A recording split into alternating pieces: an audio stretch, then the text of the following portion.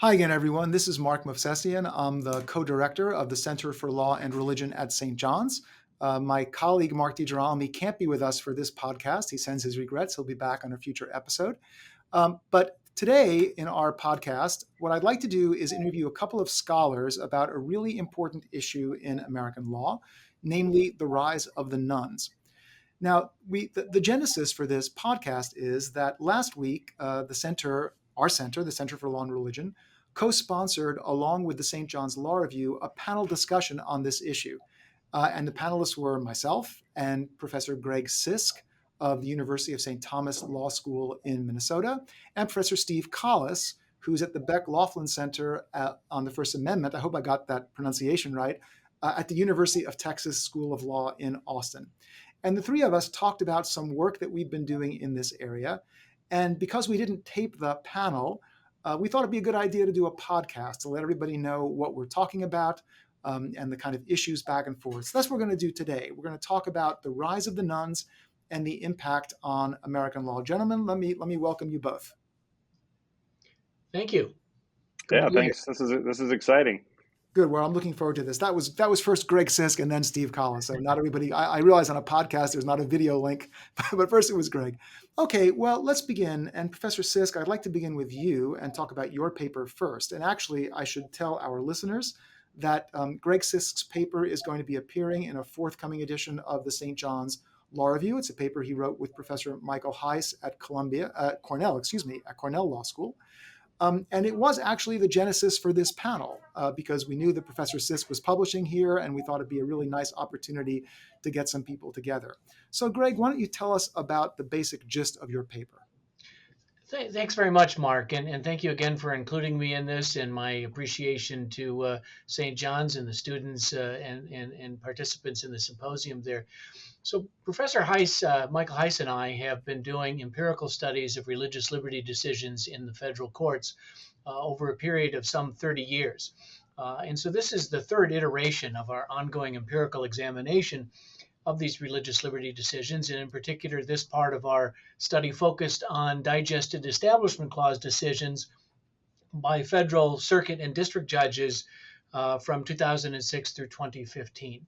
And the focus again is on the Establishment Clause, which directs that Congress shall make no law respecting an establishment of religion. And as my fellow panelists know, and I'm sure most of those listening know, this has generated decades of controversy regarding the appropriate role of religion in public life. So in this particular part of our study, we found that Catholic judges approved Establishment Clause claims at a 29.6% rate compared with a 41.5% rate before non-Catholic judges. This finding was not particularly surprising and is consistent with findings involving interactions by Catholic judges with Establishment Clause claims going back many decades. But unprecedented in prior empirical studies, we also found that judges without a religious affiliation, that is, falling within the growing demographic of the so-called nuns, were also significantly less likely to uphold an Establishment Clause claim. So holding all other variables constant, the predicted probability that a judge without a religious affiliation would approve an Establishment Clause claim was 24.9%, whereas judges with a religious affiliation approve such claims at a 40.0% rate. So interestingly, and perhaps counterintuitively to some, our study suggests that a decrease in religious affiliation in society may not inevitably be accompanied by a secularist opposition to acknowledgement of religion in the public square or the robust participation of religious persons and entities in public life. So if I could ask about that, Greg, so it's a really interesting paper, and I have to say that what you just said is to me the most interesting part of that paper, which is, we would expect that nuns, that is, people who lack a religious affiliation, would be actually in favor of Establishment Clause challenges. They would be resistant to public displays of religiosity. You'd think, well, maybe it will make them feel a bit alien. Maybe it will make them feel like they're second-class citizens. But you say, in fact, that isn't the case. And now it's a little more complicated. If you can, I'd like you to go into a little more of the detail, because I think you said it depends on exactly where the nuns are, like the jurisdiction in which these nuns are serving. But I have to say, it does strike me as very counterintuitive, what you're saying. I think that that's right, and it's certainly not what we were initially expecting. Of course, it's always a bad idea to go in with expectations when you're doing an empirical study. You want to let the data speak for itself. Um, so, just to say a little bit more about the study itself, we included the entire universe of Establishment Clause decisions that are available, digested on Westlaw, including both published and unpublished decisions. And this gave us a data set of about 498, well, not about, exactly 498 judicial participations, and for the Establishment Clause part of it. So we did not find that, counter to what might be the conventional wisdom, that the nuns on the federal bench are a force for secularization on the separation of church and state side of things. In the general population, as you know, the number of nuns has been growing rather dramatically.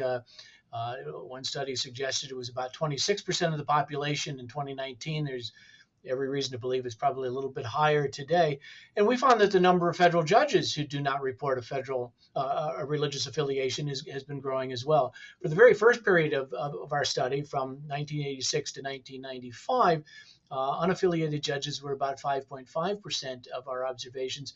But for this latest time period, which is 2006 to 2015, it had doubled to 11.5%. So what does account for this? Well, one way to look at this is to consider expansive equality as being a signature characteristic of the nuns, as you, Mark, have suggested as well. So I think that means that on the free exercise side of things, nuns would tend to vigorously oppose an exemption for a traditional religious believer from a law prohibiting discrimination in commercial services, say on the basis of sexual orientation. But nuns might accept equal inclusion of religious entities, among others, in receiving government benefits or allowance of tax credits. In addition, the emergence of this group of the nuns, they have not been party to the interreligious conflicts that have run through history among, in the Western world, Catholics, Protestants, and Jews. So they might be less likely to feel exclusion or to take offense from government acknowledgement of Christianity's at least prior predominant influence in American culture, in things such as celebration of Christmas as a holiday or public display of Christian imagery during that season. So while radical egalitarianism, and thus any departure from equality norms, is a key characteristic, we shouldn't, I think, assume that they have taken on the historical role of religious minorities in demanding expungements from every aspect of public life. So when it comes to seeing religious symbolism appearing in a public venue or religious groups having access to public benefits on equal terms with everyone else, the nuns might be indifferent or even accepting of that. So again, to borrow a term that you've used, Mark, the nuns truly may be spiritual independents, which means you can't readily conscript them into the militantly secular view of the public square. Greg, I have a question for you. One thing I'm curious about is you talk about Establishment Clause cases, but as the three of us know, there's different types of Establishment Clause cases. I'm curious, have you broken them down based on the types, for example, funding versus symbolism on government property versus religion in school? I'd be curious to know if there's any breakdown among the different types of Establishment Clause cases. We certainly do that in general. We haven't broken that down by the religious affiliation of judges. I mean, part of the problem you run into there is you begin to get to very small numbers, and so to try and draw conclusions from that. We do categorize Establishment Clause cases, as well as on our free exercise cases, by factual category. So, for example, with the larger group of Catholic judges, we have found over the years that they tend to be particularly unsupportive of an Establishment Clause claim that arises in an education context, whether it involves a public education or private education. And that's not particularly surprising, since Catholics experienced discrimination in public education early in American history. And that's one of the reasons, in fact, that Catholics developed the parochial school system, which then they gained some support from in certain communities. So the antipathy to Establishment Clause claims has been particularly pronounced there in education cases. With respect to the nuns, we haven't been able to break it down by category in that same way. Great. Well, thank you, Greg. So that was one very interesting paper we discussed. Another interesting paper, if I say so myself, that we discussed is my own paper. I guess I shouldn't say that, but I'll say it. It was my own paper, which is going to be appearing very shortly in a symposium in the Loyola University Chicago Law Review. And this is about the effect of the nuns, not so much on the Establishment Clause, but on the Free Exercise Clause. And the point of my paper is that nuns are increasingly appearing in the cases seeking quote unquote religious exemptions from public health laws, for example, some COVID mask requirements and vaccine requirements. And my paper argues that this is going to put pressure on the Supreme Court's definition of religion. And I kind of argue that actually the definition of religion should have community at its core, so that the farther one gets away from a traditional religious community, the less plausible it is to claim that one exercises a religion. So if you have people who are really all on their own, coming up with their own religion, the way so many unaffiliated believers do, I think that's problematic for the definition of religion. But I'm not going to spend time talking about this paper because we have a prior episode in Legal Spirits about this. Instead, I want to talk about the third paper that we talked about in the panel, and that is Steve Collis's paper. And actually, Steve disagrees with me about what I just said. So, Steve, welcome to the podcast. Why don't you please tell us a little bit about your paper? Yeah, thanks. Thanks for having me, Mark. And I will call your paper interesting for you if that's helpful for folks. Thank you. So I would like to say, I don't know that I disagree with all of your arguments in the paper or even necessarily your conclusion. My focus on where to place the nuns relates to a couple of strands of thinking when it comes to free exercise exemptions. But I know I encourage listeners to go back and listen to your previous podcast, because you have other arguments for why community might be an important thing to consider when defining religion beyond just the administrability of claims, that I think is important and is something people should really consider on a theoretical level. So I try to place the nuns and the rise of the nuns in the context of two strands of thinking when people talk about free exercise exemptions. One is what we've already talked about. As you all know, there's a long history of worrying about essentially what people would say is anarchy if we grant free exercise exemptions, right? If we grant exemptions to religious people, to laws that are otherwise appear to be generally applicable, the worry that the Reynolds Court said in the late 1800s, and Scalia repeated, was that everyone will become a law unto themselves, and it just won't be administrable. And I think you make a fair argument, Mark, that the court has become more protective of religious free exercise. So if we end up with a world where we have lots and lots of nuns, each bringing their own idiosyncratic individualized claim, it very well could justify that concern about anarchy, which, in my own opinion, up to this point, has not been justified. So, Steve, it sounds like you agree with me. I thought we'd have a disagreement here, but it sounds like I persuaded you. Yeah, right. So where do I disagree?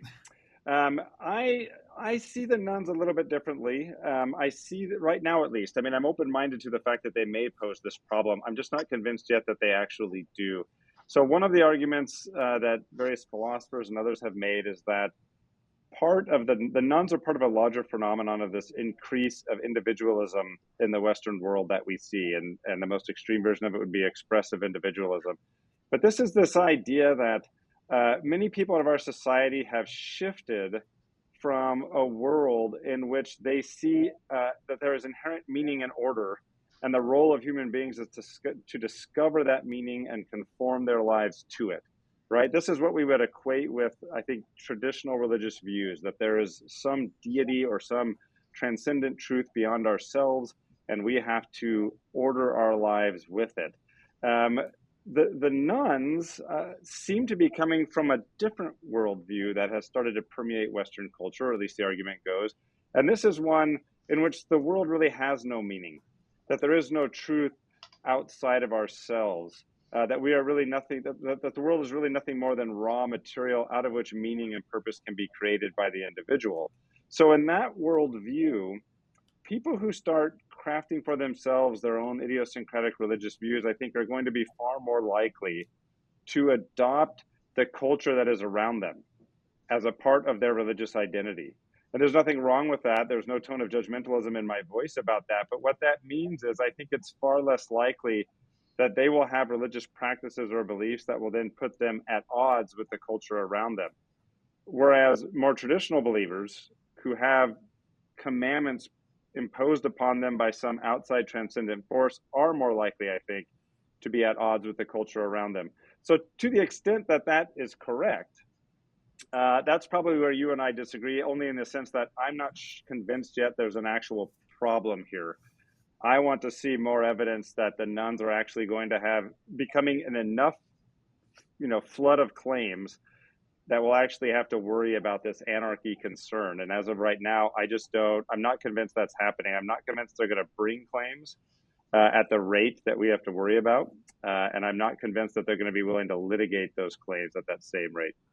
Okay, Steve. Well, thank you. And by the way, thank you for pointing out that my paper, it doesn't only talk about these administrability problems. There are also theoretical problems. But I want to push back a little, and I want to get Greg in again on this too, because in my paper I do discuss a few cases in which nuns, in fact, have brought challenges to civic regulations, to legal regulations, on the basis of what they claim are religious beliefs. There's a case from Pennsylvania in which I talk about parents objecting to mask mandates on the basis of quote unquote something else out there that just tells them masks will be a bad idea.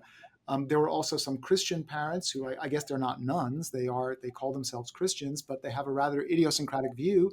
And their view was Christianity is opposed to masks because masks dishonor the creator. So I do have some cases. And in fact, Greg has written another paper with Michael Heiss, which is in the Arizona Law Review, let me come over to you, Greg, and then we'll give Steve a chance to answer. And Greg points out there actually are a significant number of cases in which religiously unaffiliated people bring claims, right, Greg? That's right. So in another part of our study for the same time period, we looked at free exercise claims. And overall, our study was, in my view, very encouraging, finding that for the most part, a certain equilibrium, as we call it, has been found, in which increasingly people from different religious communities are treated the same with respect to free exercise claims. But there are exceptions to that, and one of those is as you suggested, the nuns, the claimants who are not religiously affiliated. They are significantly less likely to succeed in free exercise claims. In our study, they were likely to succeed at about a 25% rate, whereas it's up to 39% overall. I understand that. For my purposes, though, it's not necessarily important whether they succeed or not. It's important that they are bringing the claims, right? Because my point is this is an issue. I think that's right, and I think the other aspect of it, which I think fits in with what Steve is talking about too, is that the reason that they fail is because it's difficult to discern that there's really anything religious about the claims that they are making, as opposed to a claim that's really something more political or otherwise. So, one of the things that we're all aware of is that the term nuns is really a broad term that covers a lot of people across a very diverse group. Certainly some among the nuns are what we might describe as militant secularists who want to displace any religious worldview with a non-religious worldview. But that is a distinct minority among the nuns. And most of the nuns are probably more likely to accurately described as being either inactive believers, they're believers but not particularly active and affiliated, or indifferent non-believers. They don't identify themselves as a non-believer, but they're indifferent about religion. And some of this, I think, fits in with what Steve's talking about. For those of us who believe that the free exercise clause is important and should be understood as a religious exemption and not a general conscience clause. One of the reasons for that is, as Steve pointed out, because those people who believe in an outside force believe that they are compelled to do or not to do a certain thing, and they cannot surrender that viewpoint to the general understandings of the population arrived at through democratic principles. Well, if you're truly a nun, well, then you've kind of resigned yourself to democratic principles, haven't you? You've agreed that, I'm just one of those in the public square along with everybody else. And if the majority thinks differently than me, then I have no particularly powerful reason to demand that I be treated differently, because I've already made my political argument. I've appealed to public reason, and that's the end of the matter. Where, of course, for traditionalist believers, as Steve was saying, that's far from the case. It's not that all traditional believers are saying, I am completely devoid of any reason or intellectual basis for my position. That's false too. But they do recognize that there may be revelation, there may be supernatural forces that force them to move in a particular direction. Okay, well, Steve, you want to get back in?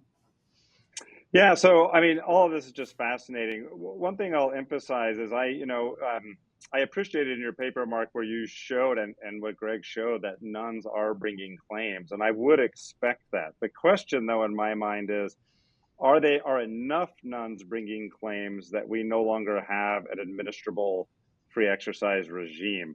So I would expect claims to come out. I also will note, though, that I think a lot of the claims I've seen so far tend to be very much related to either vaccine mandates or the pandemic. And that was a highly, highly politicized era in the world for a whole lot of reasons. I'm not convinced that that's going to continue to carry over into just mainstream life as we move forward. It may. I'm always I'm always happy and willing to be proven wrong, but I really do think there was something strange going on with the pandemic, and I wonder if when we take that out, if we're not going to see just a world where many nuns are happy to go about doing things that don't conflict with the culture. They don't need exemptions. There'll be some who bring claims, but the vast majority won't. Greg? I do think that the pandemic period may turn out to have been aberrational in the way in which a lot of these things are handled. We certainly know that things were political. There's some indication that the political views colored the way in which religious exemptions from vaccine mandates, mask mandates, other sorts of things took place. So, as Steve rightly pointed out at the symposium, as we do our next 10 years of study, we're going to have to include coding for COVID and pandemic related cases to see if those things are something different. It's also possible, of course, that the politicization and the polarization of the pandemic has actually triggered a new era in which religious liberty claims will be more politicized than as we said in our study about free exercise claims in the Arizona Law Review. Things appeared to be moving to an equilibrium in which partisan influencers were not playing a role on the free exercise clause, and we even have been finding a diminishing partisan impact on establishment clause claims.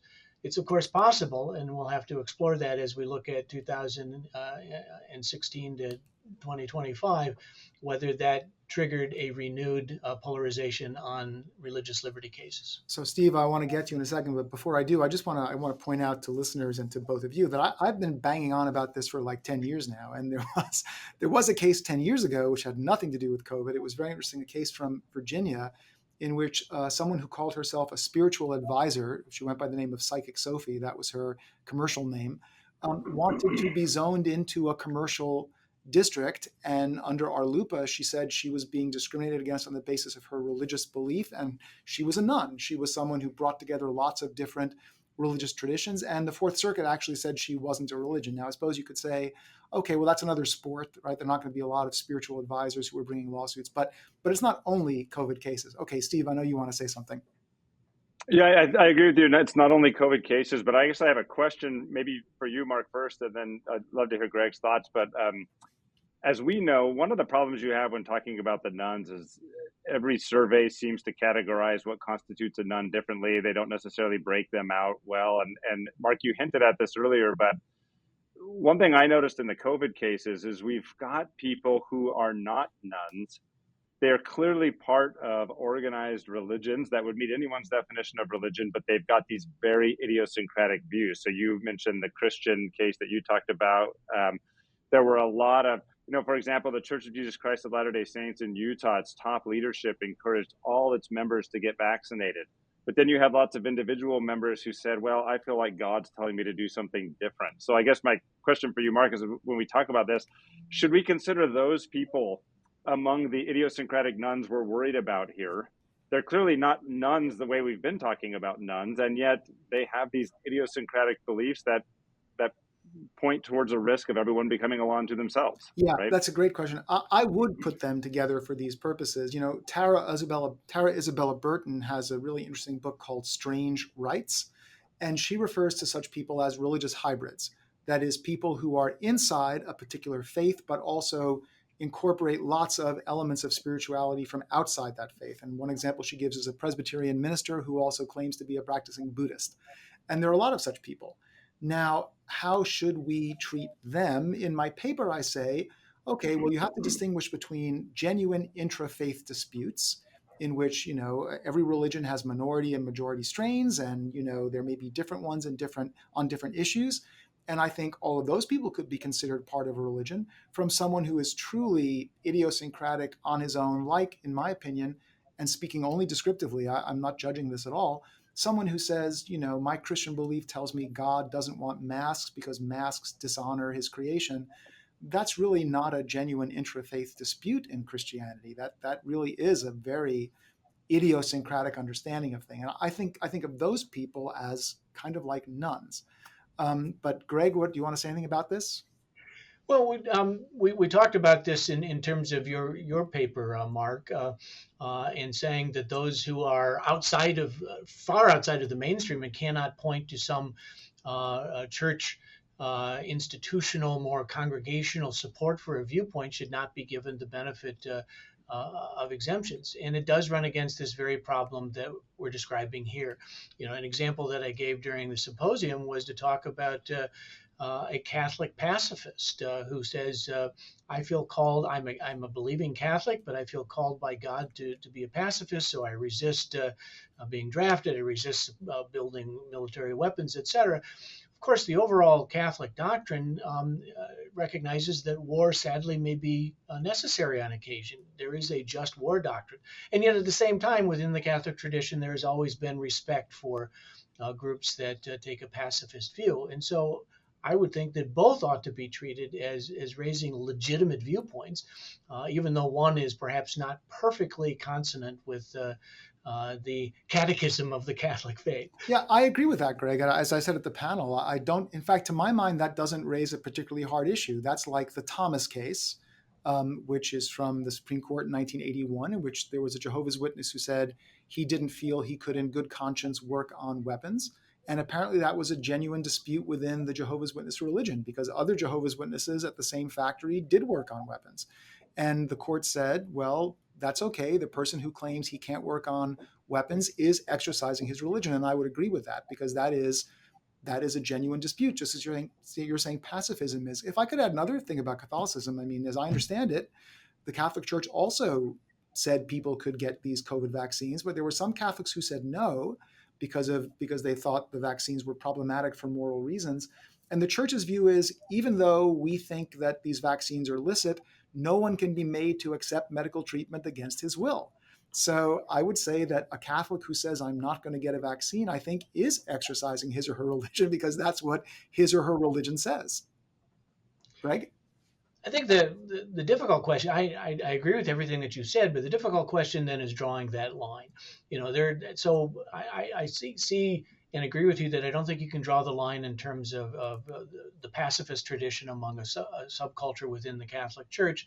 Whereas on the opposite side, if someone were to claim that they were Catholic and they had a religious liberty interest in getting an abortion in a state that bans abortion, I think most of us would have a hard time saying that has any possible legitimate connection to Catholic teaching that could be justified.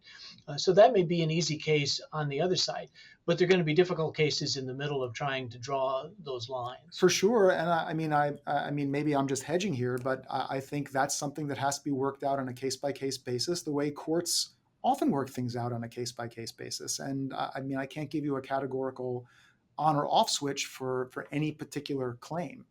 So, okay, Steve. So, that was one thing I actually very much appreciated about your article, Mark, is that you're saying community should maybe have more weight than it currently does, but it's part of a broader analogical approach, right, where we analogize to what we know is religion and see if this new person might fit into that category. So lack of community isn't just a categorical ban, but that person would have a harder road to hoe. I'm still, though, in the camp. Let me throw out some other numbers. I threw these at you all at the symposium, and I didn't give you warning I was going to, so I'd love to get your response to it. So some of research out there, Springtide Research Institute surveyed 10,000 young people from 13 to 25, and some of the things that they came up with were like their religious practices were things like singing, painting, or listening to music, walking in nature, making donations, writing in journals. Those are not the types of practices that are going to result in claims for free exercise exemption such that we need to worry about a world where everyone becomes a law unto themselves. They're very different from the Amish who can't use technology, or the Muslim who feels like they must wear a hijab, or again the Christian baker who can't service certain events.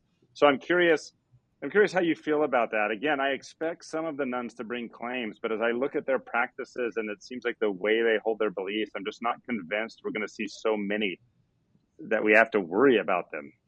Well, I don't know, Greg, did you want to say something about that?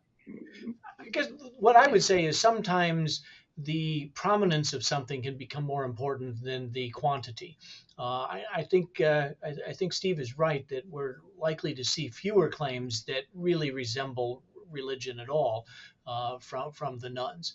But when we do see those claims, they may be the kind of thing that draws particular attention, and the courts in resolving that may find it difficult to resolve it without resulting in some changes in religious doctrine, the sorts of things that Mark fears. So I'd raise that as one caution here. In other words, you both may be right. That is that Steve is right that these claims are going to be fewer, and Mark may be right. But when they do come, they may be very troubling.